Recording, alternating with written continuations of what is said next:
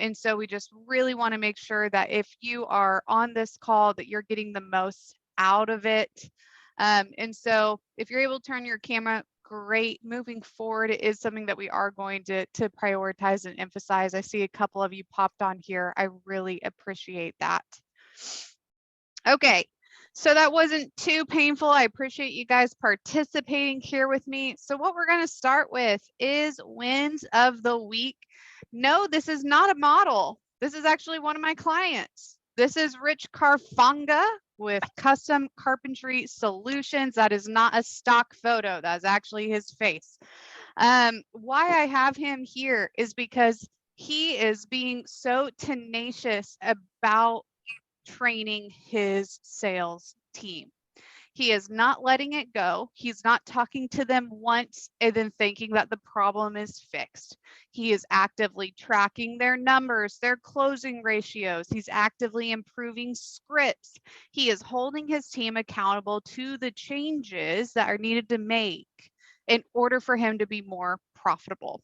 And so wanted to give Rich a shout out here. He is seeing more profitability and more cash flow because of these changes.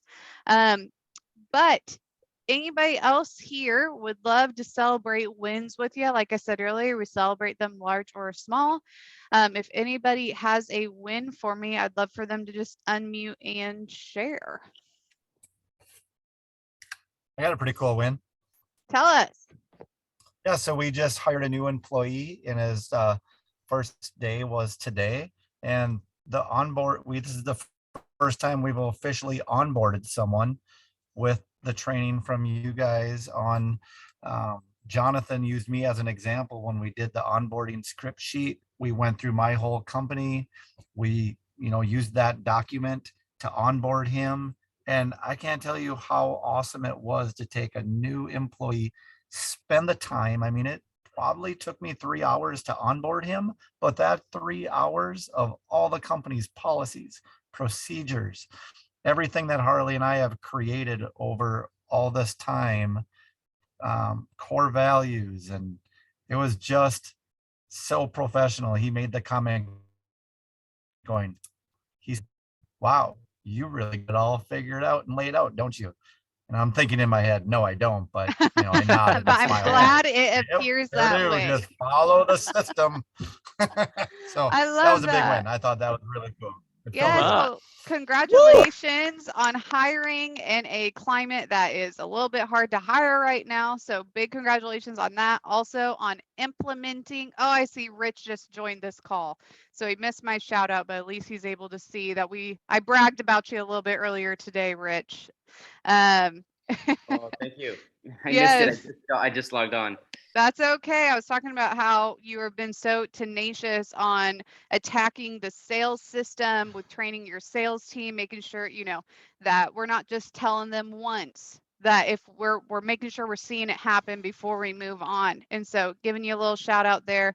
But Brent, congratulations on the hire. Congratulations on implementing. And it sounds like your new hire is pretty impressed with you. And that's always a good foot to start on. Right. Hawk, I think I saw you raise your hand too. Do you have a win to share with us here, sir? I do. It feels kind of minimal compared to what's going on the two I've heard, but it's really a big thing. Looking at my business honestly, my books were forcocked, and had a guy come in that worked for me in the past to basically straighten out my QuickBooks, and so it's embarrassing, but it's enlightening and empowering to be able to do that. So I was just psyched that he came in today, and we'll finish it up next Wednesday, which is great. Yes. Yeah. Oh, that is such a relief when you start seeing progress on the bookkeeping. When you start seeing that progress, when you start getting through the weeds of it, that is a daunting task. So kudos to you for tackling it, starting, and then can't wait to hear all the progress you're able to make now that you have that person on your team. I would add too, Darren, one thing that I pick up on when you say that is that you did what you can today, but you're getting back to it next week. We work with people that want fast, rapid growth, and you get fast, rapid growth if you do it consistently over time. So that in itself to me is a win too, that, you realize that it's going to take time. It's not going to be, level everything, rebuild everything all at once. We're going to be perfect again. But, that's good that you're able to meter out your time. You're not feeling super stressed about it, which is great. Absolutely. Okay, guys, well, let's get into it today. What we are going to be talking about is upselling, which is a way to increase ticket prices. When we say ticket prices, no, I don't just mean for service guys. Obviously service guys have tickets, remodelers, it's going to look like an estimate. It's going to be a little bit different. This is applicable to everybody here, no matter what business you run. Upselling is going to be part of it. So what we're going to dive into, and I know we've used this quote before, and why I'm using it again is because it's a good quote, and I don't feel like people get it all the time, is good salespeople are not born, they are trained. I always hear people where they're like, I'm just not a natural sales guy, or my technicians don't like to sell. That's why they're technicians. That's why they're a plumber. That's why they're a carpenter. That's why they don't want to sell. That's not what they do. They don't want to do that. Every member of your company is a salesperson, and there is a way to train them into comfortably feeling that, into comfortably being able to sell. Now, who here at some point has thought, if my team could only sell the way that I can sell, I'd be sitting really pretty. Has anybody ever felt that way? If my team could sell the way I do. Okay, I see a couple hands going up here. Andy, I saw your hand go up. Are you sales guy in your company? Do you have other people selling, or is it primarily on your shoulders? We have other people to sell also. Okay, so you have other people to sell, but you're definitely feeling, I can typically land the deal pretty consistently. Might be able to even land it at a higher price point than some of my team. Have you ever had those thoughts? Yeah. Yep. Yeah. I think that's pretty common. We hear that all the time. There is no reason why your team shouldn't be able to sell as well as you can, or at the price point. One thing that I'm working with one of my clients here, his name's Raul. He's with RC Plumbing. I'm not sure if he's on this call or not. If he is, I want him to unmute and pipe up. But one thing that we've really been leaning in with him is tracking his technicians' numbers. How many jobs are they going out on? How many of them are they completing? What is their average ticket? How much are they bringing in each week? And by keeping track of that, which if you don't have that in your company, please book a call with your coach so we can go over tracking KPIs.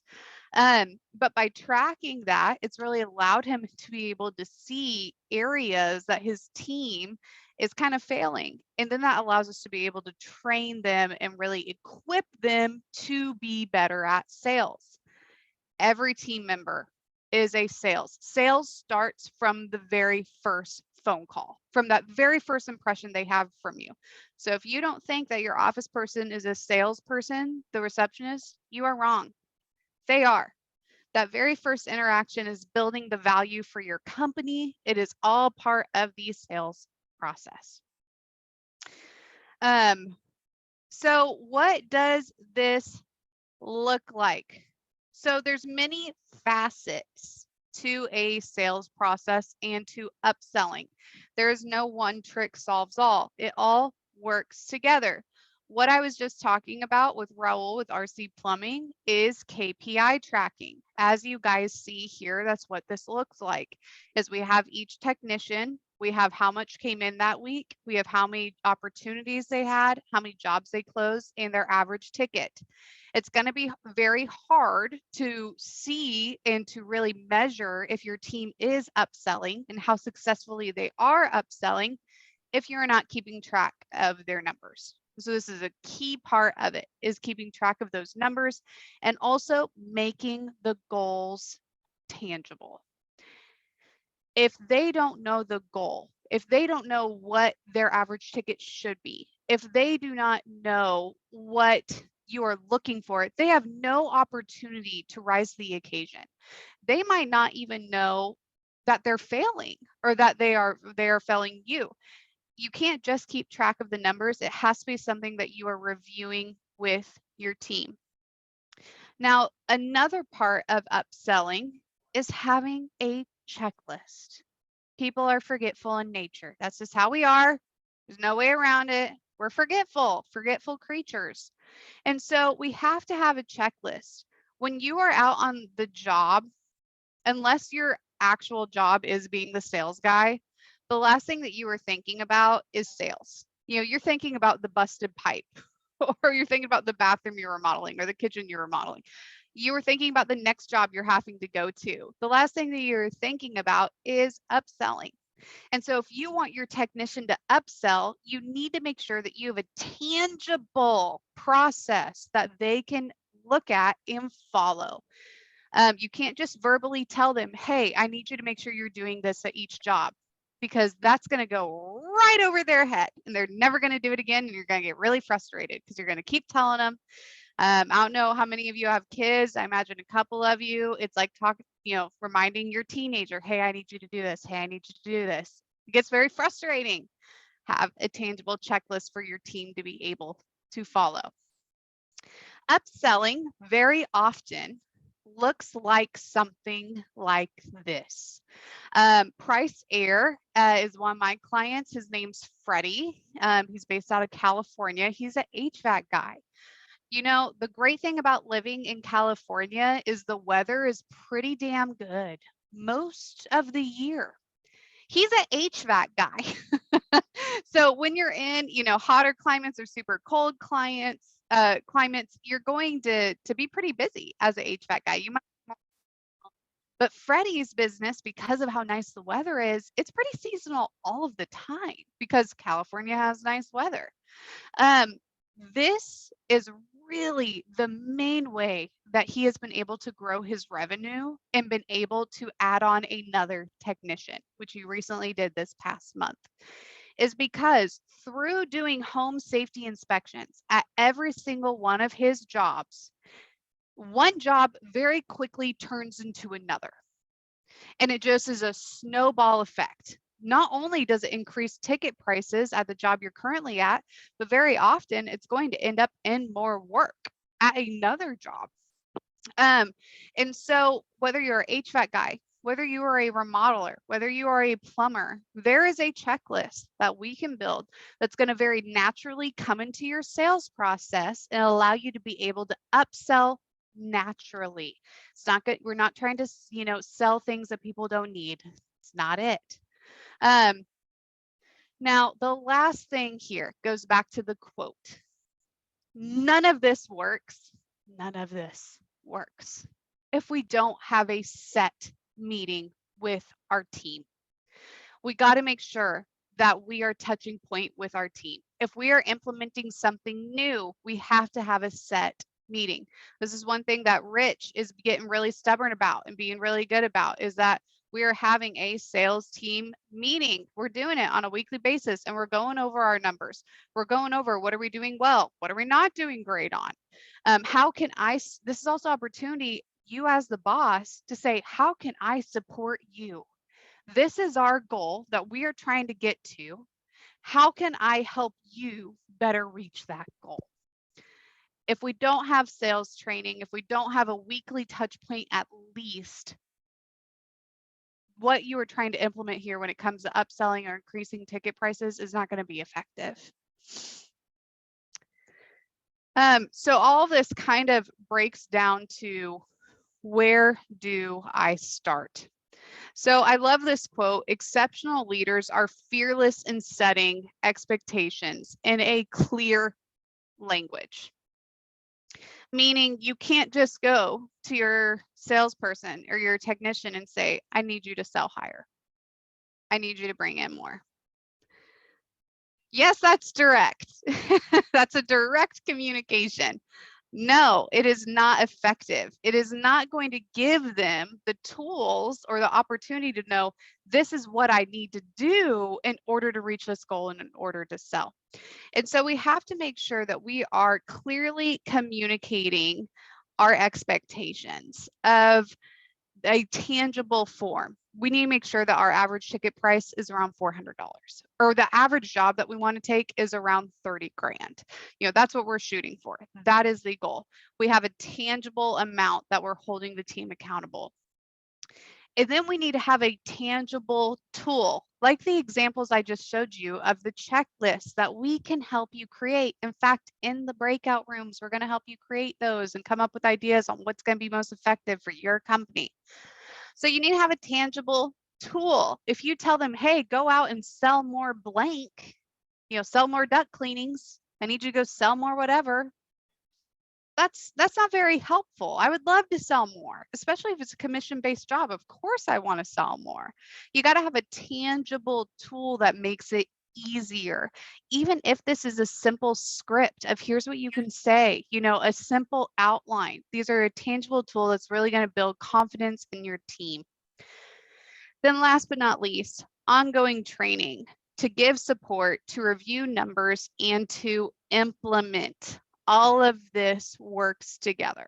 There's no one trick pony when it comes to upselling. You got to have all of this working together to make sure that the team feels confident and they're consistently able to upsell.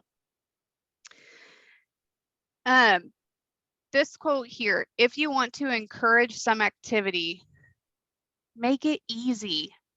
One thing that I'm trying to do is I clearly, as you guys can tell, I'm not contractors like you guys. I work a desk job. I am sitting most of the day. And so I wanted to get more steps in. So I got myself a little walking treadmill, and it annoys the heck out of all of my coworkers because I'm in here on my little walking treadmill. I made it easy for myself. I'm already working throughout the day. How can I make this easy for me to reach my goal? That was easy. And so if you want to encourage some activity, you have to make it easy. People are forgetful. Checklists are 100% necessary for success. In fact, if you don't have a checklist, I can promise you it is not going to get done, or it's at least not going to get done consistently. Same thing goes with the accountability. Now, most of you here have been with our program for at least a couple weeks, if not longer. I think a lot of you can say that one of the reasons why you joined Redmond Growth was for the accountability. Who here can say that? Raise their hand. That's a big, big part of it. Bobby raising his hand. A few others raising their hands. Yes.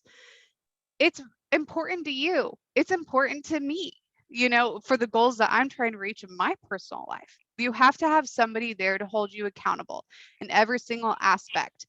Same thing goes with your team. If you're implementing anything new, if you're implementing an upselling checklist, we got to make sure that we are holding them accountable, or it's not going to be happening. Now, I can't emphasize this next thing enough.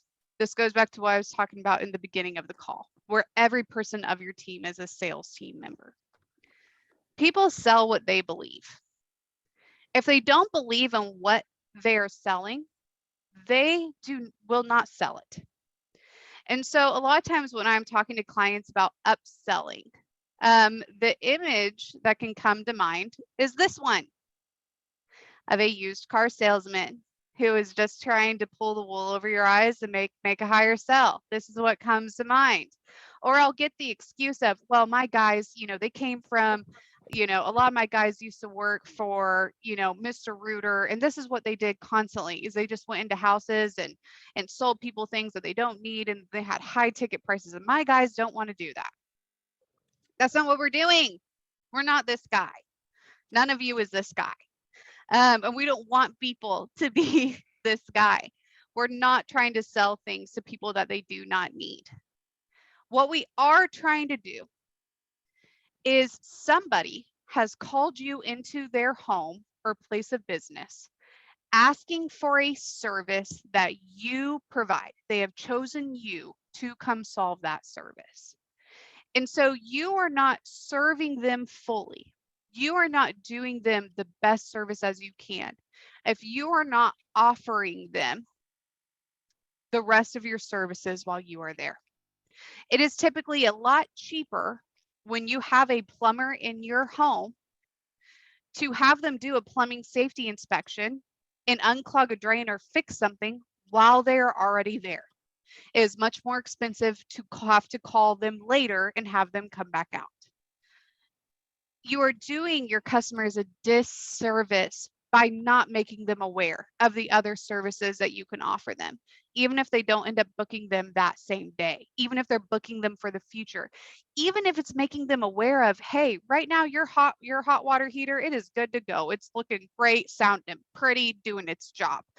But I do see that in the future, you might need to replace it or replace this or do da da da da.